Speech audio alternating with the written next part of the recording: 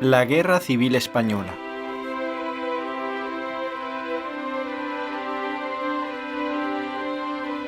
En 1934 toda la familia se traslada a Madrid, donde su hermano mayor ingresa en la universidad.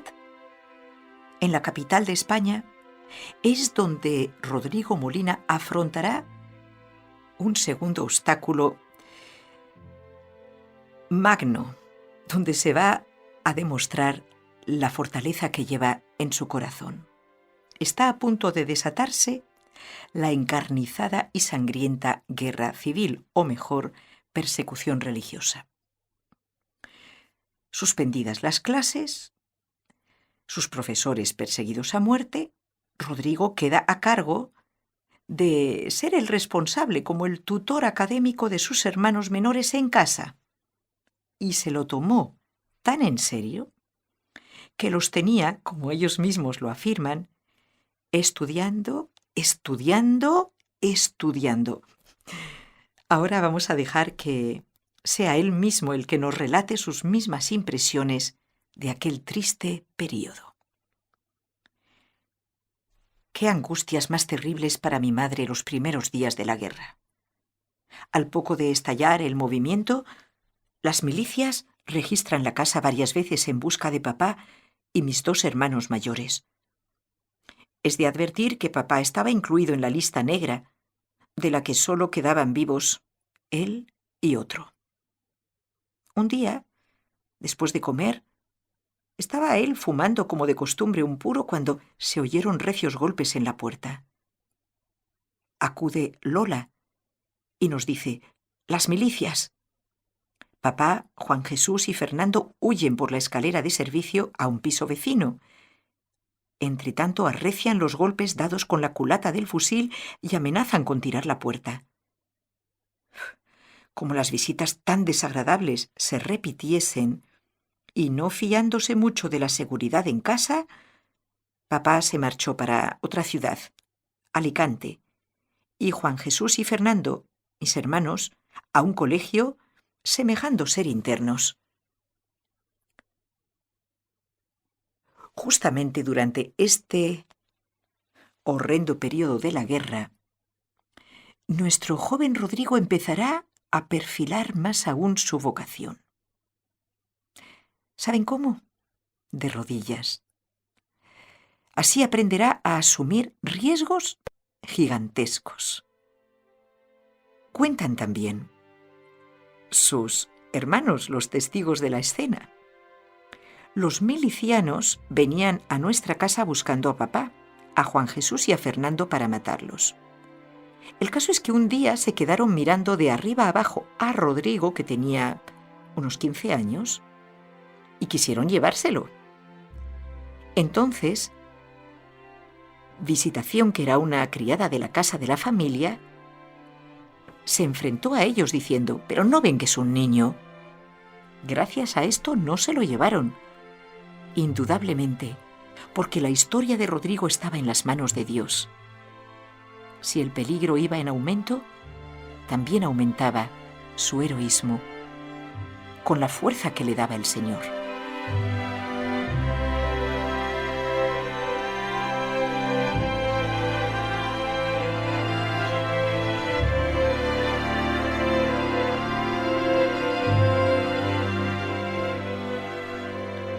Vamos ahora a leer una nota encabezada con una cruz, escrita por él, donde empieza diciendo: «Viva Cristo».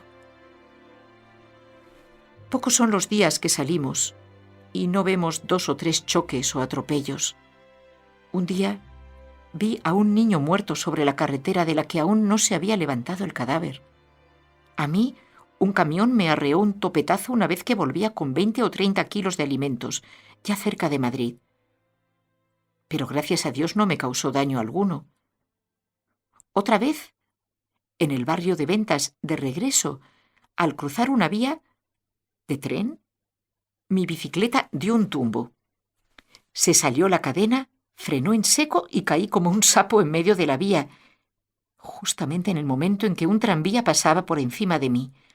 Me comprimió, pero no me ocurrió nada. Sin embargo, una lata de aceite que llevaba a las espaldas para mi familia quedó abollada por la presión. Había que salir adelante con algunas artesanías realizadas por su hermana Lola o su madre, y su trabajo, como adolescente, para dar de comer a su familia que hubiera perecido de hambre, consistió en viajar en bicicleta con riesgo de su vida y hacer trueques en los pueblos a cambio de sacos de patatas, pan y cualquier víver. Rodrigo era quien capitaneaba. Llevaban alpargatas que hacían su hermana Lolina y mamá, y las cambiábamos por pan. Teníamos que tener cuidado para que los milicianos no nos las quitasen, pues había mucho control para no dejar pasar alimentos. Aún le faltaba pasar por un acontecimiento más significativo aún y doloroso para él: el fallecimiento de su padre.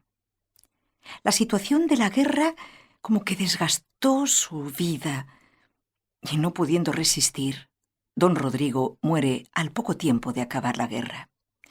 En palabras del hijo mayor de la familia, fue un hombre sereno, de un valor terrible, que se enfrentó a la muerte con serenidad. Su gran confianza la tenía puesta en Rodrigo, porque veía la fuerza del carácter de su hijo y el éxito en sus estudios. Esto le daba a mi padre una gran tranquilidad.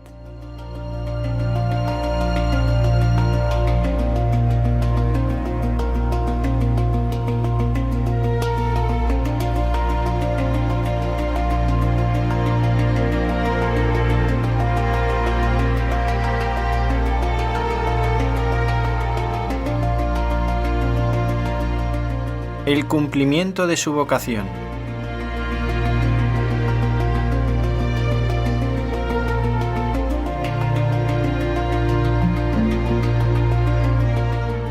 Una vez fallecido su padre y ya con 18 años, Rodrigo reunió a su madre y a sus hermanos mayores para insistir en el llamamiento de Dios que lo acuciaba. Su madre dudó. Recordemos que su padre le había puesto como condición, antes de darle el permiso de entrar en la Compañía de Jesús, el estudiar la carrera de Derecho completa. Por eso dudaban. Pero finalmente, los hermanos mayores de Rodrigo y los padres jesuitas convencieron a su madre de que ya era el momento de dejarlo partir en pos de la llamada de Dios.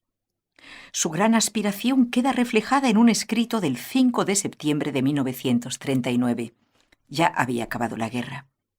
Pienso que si no fuera porque Dios me llama para religioso jesuita, abandonaría esta vida de la ciudad para retirarme a una quinta lejana de todo bullicio humano.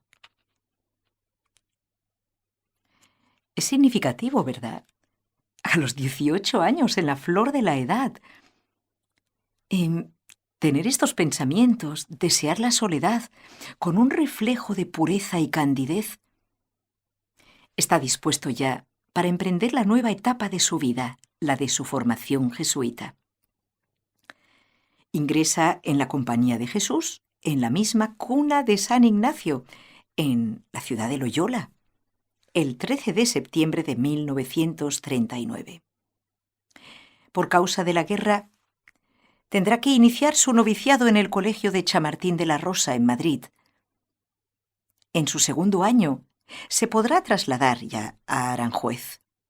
Los años precedentes de sufrimiento, de profunda reflexión y de oración, fueron una verdadera preparación para el ya hermano Molina.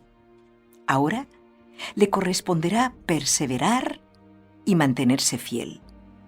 Los horarios y las costumbres del noviciado y la vida ascético-mística los encarnó como expresión de la voluntad de Dios para identificarse con Jesús.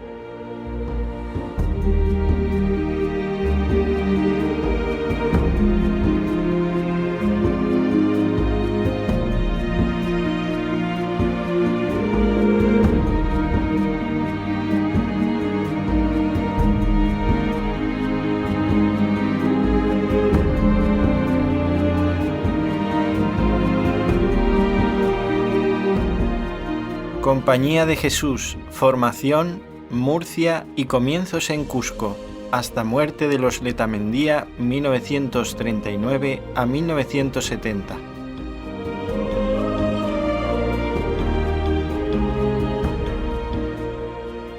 Finalizado su noviciado el 14 de septiembre de 1941, emitía el hermano Rodrigo Molina sus primeros votos. Con esto se incorporaba al juniorado, es la primera parte, en esta misma residencia de Aranjuez, cerca de Madrid. Cursó los estudios clásicos y humanísticos entre los años 1941 al 45. Estamos en plena Segunda Guerra Mundial. Y 3 años después los dedica al filosofado en la Facultad de Filosofía de la capital de España, que tenían los jesuitas en Chamartín de la Rosa. Dado el carácter tan perseverante y aplicado de Rodrigo, no nos extraña saber que culminó estos estudios licenciándose con la calificación cum laude probatus, es decir, con alabanza. De 1948 a 1951 ejercía un periodo de magisterio en el Colegio de San José en Villafranca de los Barros, en provincia de Badajoz, ya cerca de Portugal. Y de 1951 al 55 terminó su licenciatura en Teología en la Facultad Jesuita de Granada, en el sur de España, en Andalucía.